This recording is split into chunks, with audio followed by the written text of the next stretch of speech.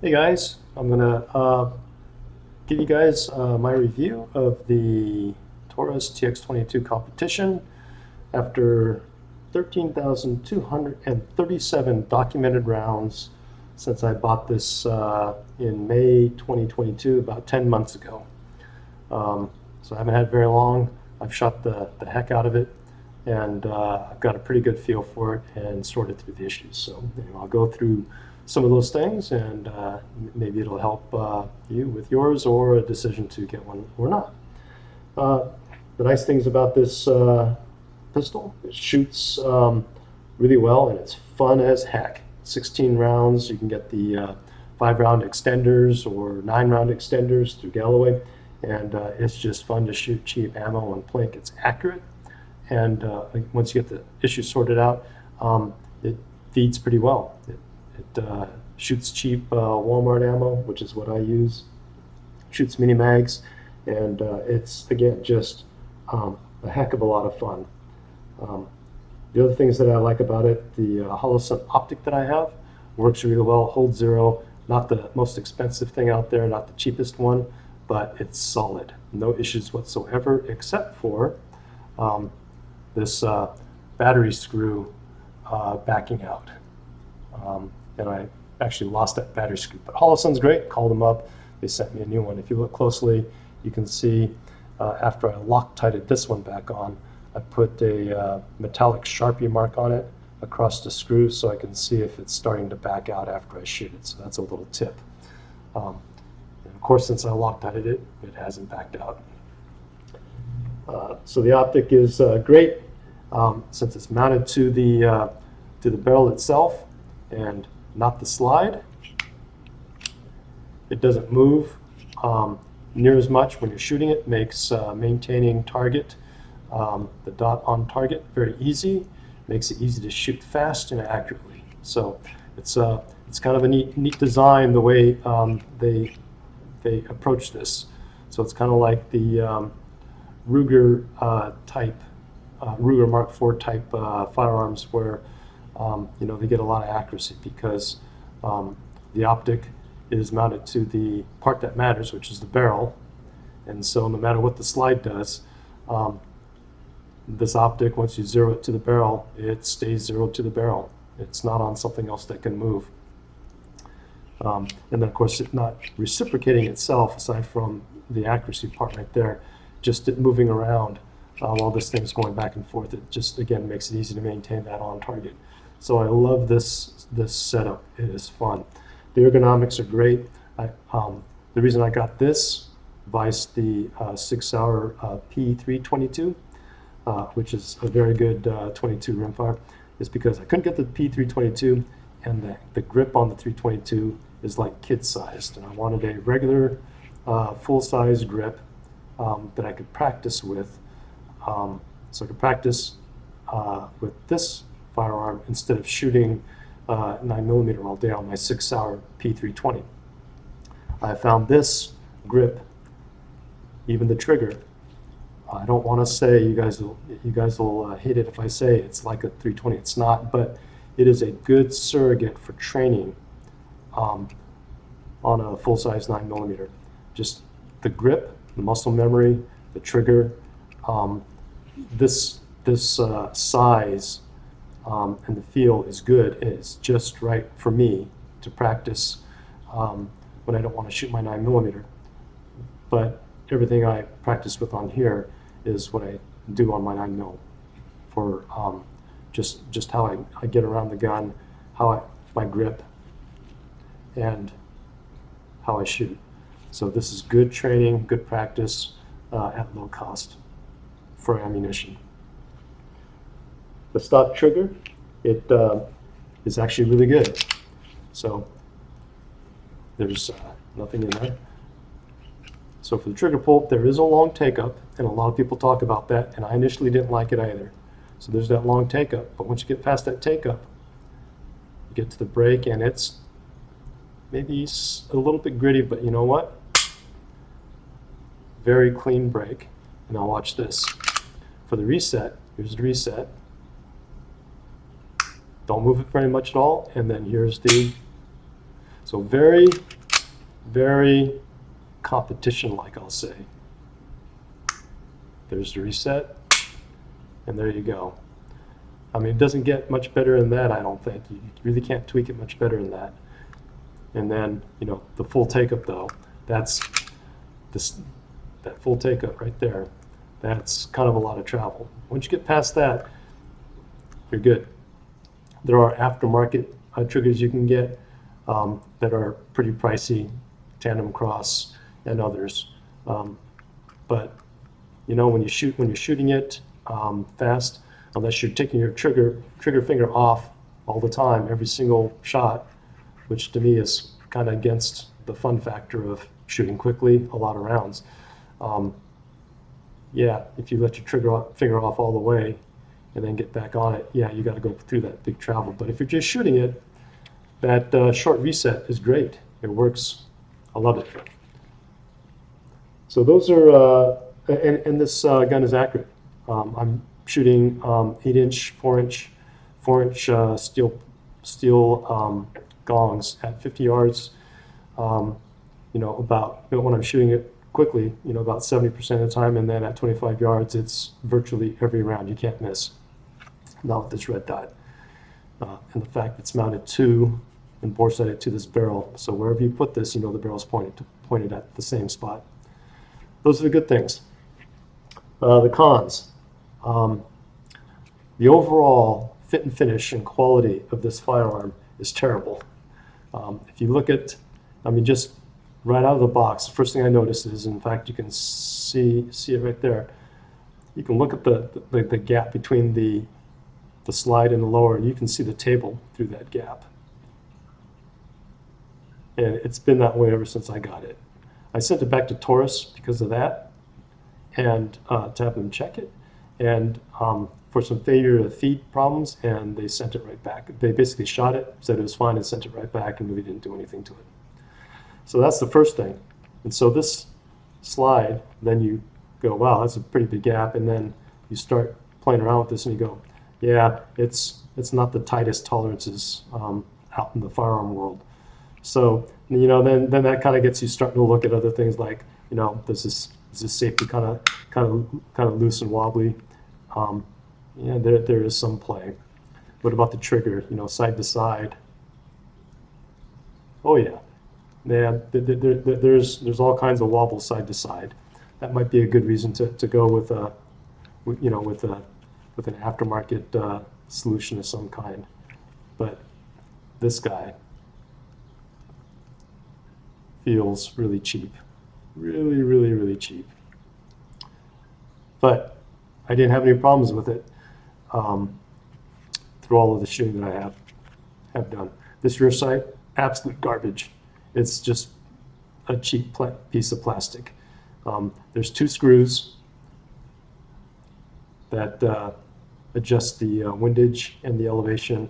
The windage adjusts, but when you adjust the windage, and I adjusted mine just a little bit, yeah, I mean, none of that's straight at all. It's crooked in the channel there. And the screws, you know, they're cheap. It's in a plastic polymer housing. The elevation does not hold. You know, you adjust the elevation to where you want it, and it shoots straight. Then after you shoot a magazine, you found that the vibration, it has worked its way back, and the elevation setting's gone. The second time I sent this gun back for some metal problems and a breech block problem, they replaced this, but it still does the same thing. It's just absolute garbage. There are aftermarket replacements out there from Lakeline and Tandem Cross, fiber optic sights that are much better, but you know, then you're paying $50, $75 for a set of sights on a gun that's got still some of these other fit and finish issues. You know, why spend the money, especially if you're going to shoot an optic like I am. Other issues, the optic mounting plate. There's the adapter that goes to the barrel, and then on the adapter you put on an adapter plate that is that's got the footprint for your particular optic, and there's 4 footprints on one on each side of 2 plates. So you just flip the plate over of one or the other to get the footprint you need. That plate, once I mounted the optic, that plate was rattling around between my optic base and the barrel adapter base. And so I put a little bit of silicon RTV in there to fill that gap, let it set up a little bit, and then I torqued down the optic onto the barrel adapter, and that kept it from wobbling. I didn't have any problems with the sight shaking loose. I did have initial problems with the barrel adapter plate, the base itself that screws to the barrel. There's two screws from working their way loose. So I had to clean those holes out really well with alcohol, get all the oil out of there, and then put some Loctite in there a second time. And I haven't had any problems. So it's just quality, I think, issues. You have to make sure to Loctite some of this stuff down, but the overall quality on this thing is not that great. Take this apart.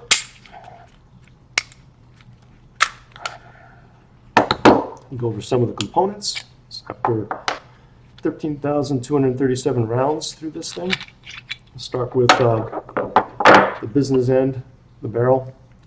I got a good barrel. This barrel is in mighty fine shape after having been shot over 13,000 rounds. There's absolutely nothing wrong with it. I think my particular barrel is bulletproof. I think this barrel will far outlast the polymer lower that I have on here. My barrel is okay. If you look into the rifling, my rifling is good. I'll see if I can give you a quick look without. Let's see if I can get this lined up here. And you can take a peer down that barrel. There is some chattering that you'll see in there, like at that 1 o'clock position, I think. And then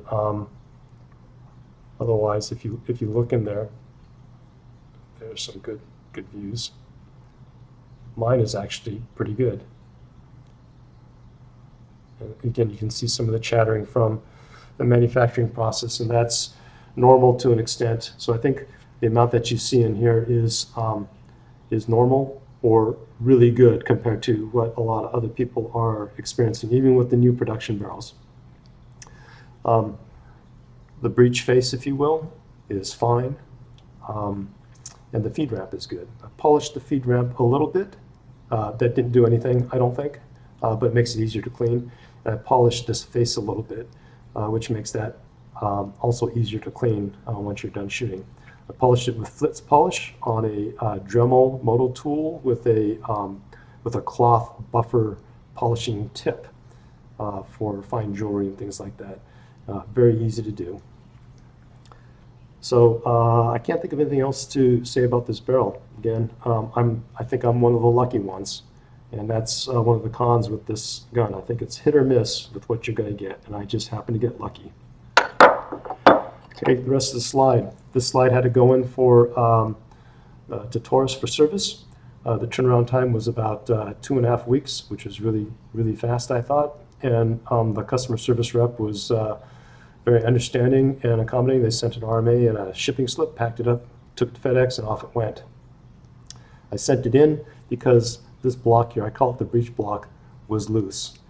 And this one here is also loose. You can see it moving forward and back, and it's hard to see it, but there is side-to-side play as well.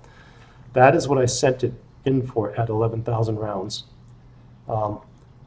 What they did, they gave me a new slide, and I know it's new because I could tell the slide was different, and the firing pin assembly was not polished because the one I had polished with Flitz also. So they replaced this, and after 1,000 rounds, this breech block is a little loose again. So if I take the striker assembly out, you take there's YouTubes on that, but you take that you take that pin out, and then the cover slides off, and then this whole assembly slides right out. This breech block stays in there because it's pinned. But if you take that pin out, even with that wobble, this breech block wobbles around, but it stays put.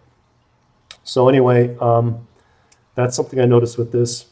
I think that's a quality issue. It should not move, but we'll see how it wears as time goes on. The other thing I did to this was the striker. I took that metal striker out and I polished every side of that thing, and that to reduce the friction of that when this slide is cycling back and forth, and that striker is being moved back to basically the cocked position. That's a source of friction on the slide, so I decided to work on that, and I think that that has helped to some degree. Let's see what else on the slide. Nothing else that I can mention on the slide. I think the one that I had before they replaced it was in just as good condition after 11,000 rounds. The only reason I sent it in again was because that was moving around. I did try when I had the initial problems with failures to eject stovepipe issues. I tried replacing the extractor. And I put a Volquartsen extractor in. Didn't make one bit of a difference, except cost me $15. So the stock one's in here, and it works just fine. So I think that's that. Spring, same original spring, 13,000 rounds. Absolutely no problems with this thing. Okay, the lower. Keep picking up cat hair on this. Okay, so the lower. I already mentioned to you, this trigger it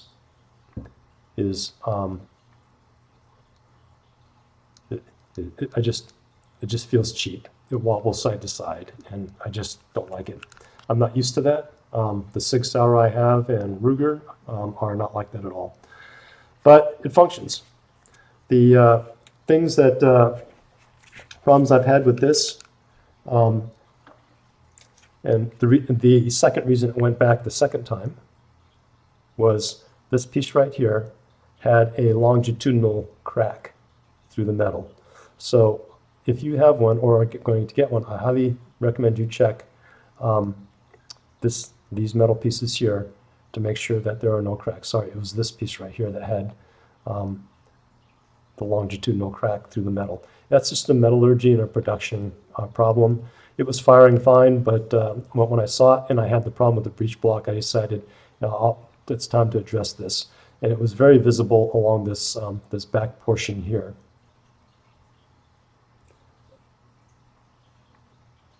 Yeah, it's not gonna focus right. But anyway, so you might want to check that. But that's what this went back for. And this assembly was replaced. And I know this part was replaced too because I had polished these slide rail lugs, and it came back and they were not. And so this whole portion was replaced. What I did, which solved my stovepipe problems and failure to feed problems on the first 11,000 rounds, which were really the first 1,000 rounds or so, is I polished these rails here and these. So these three sets of lugs, I'll just call them, that engage the upper slide assembly. They ride in the grooves, and this is where the friction is when the slide cycles. And so by polishing these, the top, the edges, all of these, you can see there's black still on there, so I didn't polish it all the way down the bare metal. I just polished it till it was really nice and slick to the touch. As soon as I did that, 99% of all those problems went away. The rest of the problems with stovepiping were from rounds that didn't have enough oomph in them to really energetically cycle the slide fully back. So the slide dynamics weren't working as designed. But once I polished these, my engineering mind says that the friction was reduced enough so that now even the cheap federal ammo from Walmart that I shoot is enough to cycle it. Mini mags, of course, plenty powerful enough. CCI, Blazer, those are all fine. But my stovepipes all went away with that.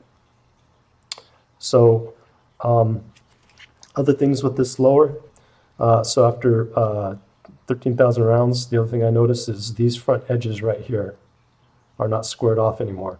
Now it's angled. There, you can see it better now. It's angled right there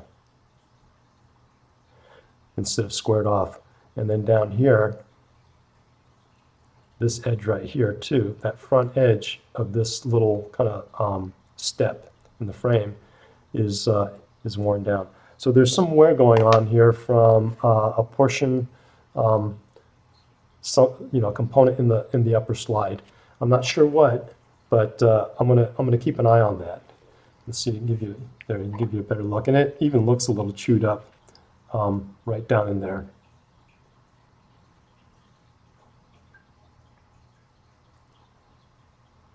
So I'm not sure what's going on with that. And then, yeah, you can see these front edges are not squared off at all. So keep an eyeball on that. See what happens. Other than that, there's really nothing else that I can say about this lower. The magazines. Here's one that's been shot a lot. So you can see the upper portion and the faller are a little dirty, and here's one that has not been shot very much. These magazines, they are what they are. They're plastic. When they're full, there's a lot of spring pressure on the stack of rounds, and you have to load these so that they have the right offset. And there's other YouTubes on that. So, they say use the stock loader.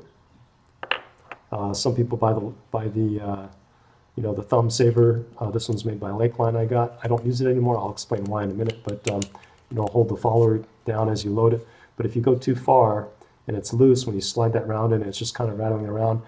It may not stack in the offset, one followed by the next, slightly offset as you load them down, and that can cause feeding problems. My solution to a couple of issues is the McFadden Lightning Grip Speed Loader. This thing is great. There's other YouTubes. I have a YouTube out there on this. It's great. You can load this in under 7 seconds, 16 rounds, and the way this loads and feeds rounds into the magazine, there's nothing that you're doing to pull down the follower against the spring. So you're pushing the rounds in against spring pressure already. And so every single time I've loaded this, I haven't had a single round that did not stack correctly in an alternating fashion. So this works great for that. Works great for saving your fingers, keeping your hands clean from lead and wax and all that gunk, and it gets you to shooting much faster. I can load one of these 16 rounders in less than 10 seconds. Easy. I mean easy. That's if you're going slow. And then if you get the a tandem cross wingman 5-round extenders, so you can get 21 rounds in here, you don't have a follower button. So you either end up using, something like a little dowel. I use a chopstick, and you put it in there, and then you work it down as you push it down as you feed your rounds in. Then you get to the bottom. When you get to the bottom, then you have to use this guy. But this speed loader, the way it works, again, it's pushing against the spring pressure for you. You don't have to do anything other than just shake the rounds down and then work this sucker in, and it's fast. Gets you to shoot really quick. So if you like to shoot a lot of rounds, do the rapid fire thing, and you got to load a lot of magazines, that speed loader is key. Tandem cross wingman, key. I have the Galloway Precision 25 round extended magazine, but it's just silly long and it's hard to carry around and stuff in your pocket when you're at the range. And you know what? Because I can load these so fast now, I don't even really take the 25 round magazine out anymore. I just take this one. The 21 is my favorite. The 16s round really load really fast. But the magazines. So with the failure to feed issues, two types. One, skipped or dented rounds, which I think is somewhat related to the stovepipe issue because it relates partly to the slide cycling fully back and then grabbing that next round. And because it gets a little juggered up in that process, the round starts to come out as the slide's coming forward. Instead of catching the back around, it catches somewhere in the middle of that case and shoves it out, jams it up into the breech and dents the side of that round. So that's related to both the slide cycling all the way back, which again, polishing the lugs fixed for me. You can use more powerful rounds like mini mags, which will, dynamically energize that slide action a little bit better. And then the other half of that equation, I think it's combined problem with the magazines. If the magazine hasn't pushed that round all the way up against the inside edges of the lips, the feed lips here, and it's just slightly low where the nose is slightly down because the follower hasn't pushed it completely up, it's going to exacerbate that situation. And I also noticed that occurring more consistently with the very first round in the magazine on a full magazine. So what I did was I looked online and some people were using, were lubricating these magazines. And there are kind of two approaches, or three approaches. One was just cleaning it, leaving it dry. Another was using like a spray lube that either dried or a regular oil, which stayed in there wet. I took a different approach, and I went with car polish, liquid car polish. Very easy to use. You just take the base plate off, get a chopstick or a dowel, piece of cloth, put some wax on it, take the plate off, run this up and down. Actually, I can only run it. I push it through a couple times on the front part and then on the back part, and then wait about 30 seconds while I'm doing another magazine. Get a clean piece of cloth, and then run it through just like you would with you'd expect to do with car wax. I would take the follower out and do the follower, and then if it has the follower button, I'll kind of wax that and the channel to reduce the friction there. And you know what? It worked. So the combination of waxing the magazine and polishing these frame rails got the slide energetically cycling fully, even with the cheaper rounds, and then waxing the magazine, I believe, ensured that all the rounds were seated fully up against the top magazine feed lips. And then, of course, my speed loader ensured that all the rounds were stacked, offsetting correctly. Very cheap. The only thing, the high cost item here was the speed loader at like 35 bucks. Car wax I had laying around, and the Dremel I had around, a couple of bucks, $6 for a tube of Flitz polish to polish these bits, and basically all my problems went away. I didn't need to buy, a tandem cross eagle claw extractor, no fancy gunsmithing. I don't call polishing this really any fancy gunsmithing, and that's all I needed to do to get this thing running right. But it was a pain in the butt to get there.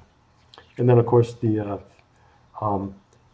metallurgy problem, and then some of the fit and finish, the garbage rear sights, this block this breech block thing that's kind of loose and wobbly. These are all little things that then add up. But right now it's working right. I've got 13,000 rounds through this, over 13,000 rounds. I happen to have a good barrel, a really good barrel, I think, based on what I've seen online. And when I look at mine, I go, wow, I think mine's one of the best barrels that came out of that factory. So I'm really lucky with this being the key piece that's right. And then all the rest of this stuff is little stuff that you just, if you have those kinds of issues, you just have to find the solution that works for you. I happen to find that the solution that worked for me. And so now things are working right. So what's kind of my end conclusion here? My litmus test on a gun is, would I buy it again? This one, unfortunately, I would say I would not. Knowing what I had to go through to kind of get this thing working right, I would not for 440 bucks plus tax, transfer fees, and that kind of stuff. Lots of things to like about it, but their execution and production, their quality overall, just all these little things, that kind of quality, you'd expect this gun to be a lot cheaper, like the G2C or some of the other Taurus products, which are really dirt cheap.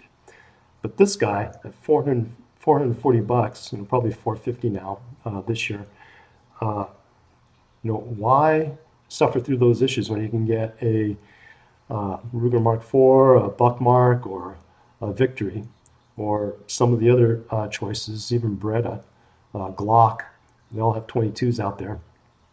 The SIG P322, even though the P322's got a teeny little grip. I would not recommend this to someone that does not shoot often, is not very savvy about guns and how they operate, and able to troubleshoot and fix some of these little things.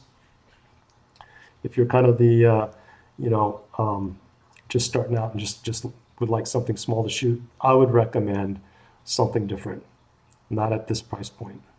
If this were cheaper, say 300 bucks, I would say it'd be a great deal. And then, 300 bucks, I wouldn't expect much better quality. That's the quality level of this firearm, is 300 or less. If I'm going to pay 450, I would expect something better than the quality on this firearm. Now, all that said, again, I'm going to keep it because I've got everything sorted out, and it's shooting great now, and I'm having fun with it. Do I think it's going to last? This lower, I'm questionable about this lower. This slide and that loose breech block in there, I'm not too sure about that. These magazines, plastic, I'm not just, they're not the best. But I'll shoot it till it breaks, and when it breaks, I'll probably say, I got my fun out of it, and time to move on to something else. But until it breaks, as long as it's running right, man, I'm having loads of fun with it. So anyway, that is kind of my own experience and my opinion on this setup. I'm happy I didn't buy all kinds of trigger mods and grip mods and a really super expensive optic and 75 bucks for replacement sights and all the other money that you could spend on something like this. It is a hobby, so if that's your thing, cool. My background is engineering, and because of that, I am a little OCD, and I have my other firearms are Rugers and HKs, Glock, and centerfire rifles, and I'm just used to a much better build quality. And when there's something that's not right, again, the OCD engineering side of me, that kind of thing bugs me. But if you're willing to deal with the things I mentioned, hey, go for it. There's plenty of them out there. If you can get one that's been sorted, like mine has, and you can check that it's got a really good barrel like mine, I'm not going to say you can get a barrel like this from the factory. I did, but you know what? It sounds like barrels like mine are a rarity, and it's much more common to get kind of a crappy or a mid-grade kind of a barrel. Mine actually seems to be made very well. If you can check it out fully, and it's out on consignment somewhere, and maybe even test fire, and test fire is great, and you can get it at a good price, I would think that would be the time to buy something like this without then putting a lot of money into it and without having to sort through all these issues. But I wouldn't buy one new and then have to, buy extra mags and buy your optic and all that, and then have to sort through some of this stuff. That's what I got. 13,237 rounds. When I hit 20,000 rounds, I'll do another review. And until then, hey, have fun when you can. It's all about the hobby, right?